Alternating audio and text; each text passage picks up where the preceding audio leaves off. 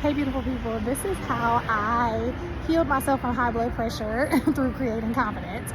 I did it in 3 ways. One, I have to create the confidence to quit my day job. So some of you know that I am a coach, trainer, speaker, author. I also have a nonprofit that I've run for 20 years on the board. And let me tell you, when I was working full-time, training, speaking, consulting, I was stressed out. Yes, stressed out. And here's the thing, you can be stressed doing something that you love. I actually loved what I do, and I said love past tense because loved full-time what I did, but I still love doing that work. But let me tell you, it was long days, long nights. I was in a different city almost every day. All of those things is what created the stress of having to be ready for my audience, having to pack, having to navigate my own personal life while I was still in the street traveling. And so it took a lot of confidence that I needed to create, and the creation came from taking action. I kept thinking about it, and overthinking can be your worst enemy, especially when you have a knowing that something needs to happen. I was overthinking, but my body was telling me that this is too much. And it took confidence by taking action that solved the issue for me, because I spent so much time thinking that, well, if I just do this and I just do that, maybe it'll go away. And I did create other ways at my job to make it feel less stressful, but it was all short term. It was all temporary. At the end of the day, I knew what my body was saying and I needed to listen to it, and I had to create the confidence to say, no, I'm not doing this anymore. And I mustered up everything inside of me to tell them, like, there's got to be a better way for me to keep doing this work and not do what I'm doing to myself. And so now that former employer is one of my clients. So one, I quit my job, created the confidence to do that. The next thing I did was create the confidence to get myself back on a workout plan. So if any of you have ever worked out, got into a workout regimen, listen, I'm a trained dancer. I've been an athlete most of my life because I ran track, all the things, but because of this job, I was traveling all the time and I wasn't physically doing what I needed to do to get my heart rate up, to just take care of my body. If you know anything, stress is held in your body. And if stress is held in your body, that's what can make you sick. And so I wasn't releasing stress through working out regularly. I took walks and things like that, but you need to like sweat. Like you need to work out to really release stress from your body. And so because I wasn't doing that on a regular, I had already I basically normalized not working out. And I used to be in the streets. Let me tell you, when I was working in my dance company on a regular basis, I was probably working out a good 10 hours a week, if not more, between teaching classes, taking classes, working out independently on my own, or taking dance classes independently on my own.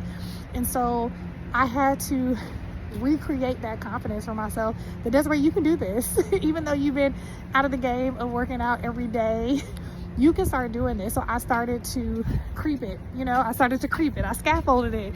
I did, okay, let me do 3 days a week, 30 minutes, or even 20 minutes, or even 10. I just needed to tell myself that it's normal for you to put on workout clothes and go work out. And so I did that, and that was a part of healing me. The last thing that I did that was a part of healing me is something that a lot of people are not willing to do. And I actually started doing it early on because for my digestive system, and that is changing my diet. And so I started to become a pescatarian probably a good 7 years ago. And then at some point I was like, you know what? I want to go plant-based, and it would always feel hard. And I think a lot of it was creating the confidence that it was something that I could do because I'm a lover of food. And sometimes it's about not feeling like you're an outsider. I already felt a little bit of an outsider because I was a pescatarian, but a lot of the things that I still did eat made me feel connected to community. You know, we do a lot of things over the table and we connect so much with people in our lives that way. And so it was great for me to just decide that, you know what, being plant-based is going to be the best thing for me. So I am plant-based. Every now and then I'll have a piece of fish, but for the most part, and when I say every now and then, I mean 3% of the time, I am plant-based. And that's what I tell people I am, because that is what I am, with that occasional, literally like maybe a few times a year, having a piece of fish. And that'll dwindle over time too, but I just be wanting to be real with myself. And so I had to create confidence to decide, like, this is how I'm about to be living, and this is who I am. And as a result, a year later, I no longer had high blood pressure. Actually, it was even quicker than a year later. I went to the doctor, back to the doctor a year later, because my doctor told me, like, oh, your blood pressure is high, so you need to monitor your blood pressure and then take this medicine. And I was like, in my mind, like, I ain't taking this medicine. I'm about to check my blood pressure and I'm about to make some adjustments. Me eating out all the time, there was no way for me to monitor the salt I was intaking, because I was always eating out, and I was eating out because I was traveling so much. So because I quit my job, I wasn't traveling as much. I took clients as needed, and I started cooking more and that regulated that part. And then working out, that helped me to de-stress. My body started feeling good again. And then again, like, not being in a stressful work environment, and not even like the people. I love the people that I work with. I love the work that I was doing.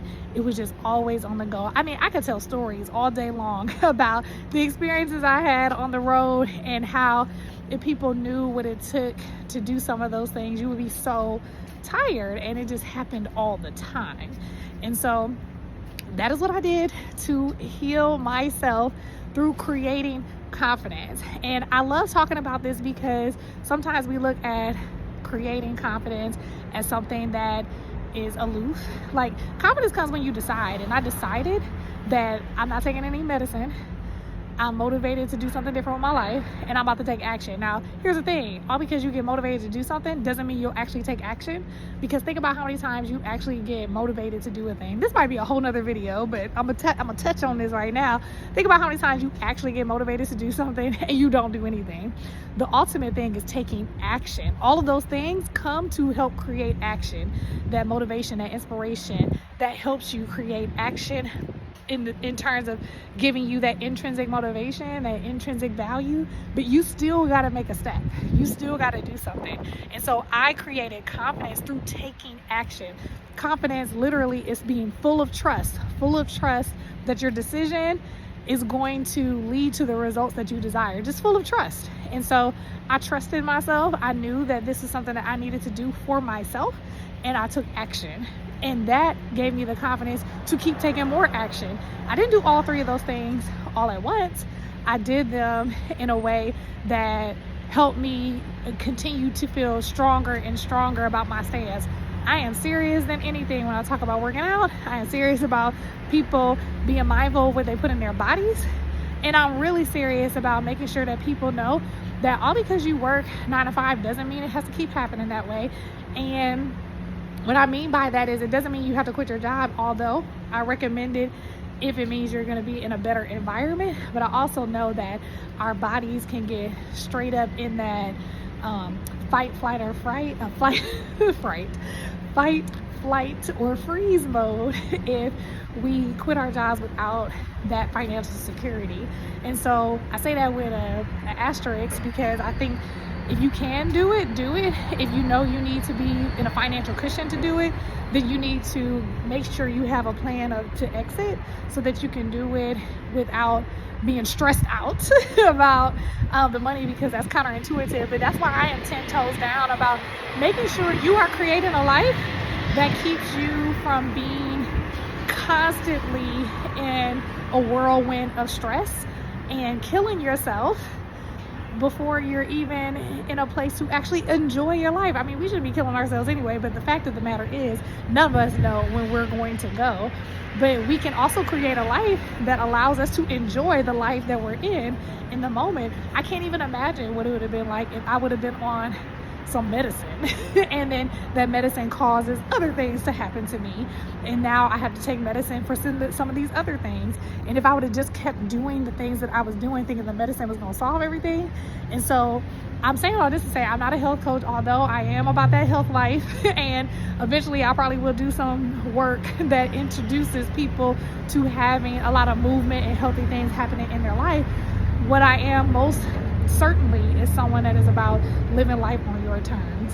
And when you live life on your terms, then you are more likely going to create a life that is healthy, create a life that is full of wealth, and create a life that you are enjoying. And that is what I'm all about. So I hope this video was helpful to you. If you think it'll be helpful to someone else, then go ahead and hit that share button and subscribe. And if you want to keep working with me and you want to stay in my community, in my world, because I'm here to help you get your life together, feel free to subscribe to my newsletter at www.desireecocroft.com. Bye.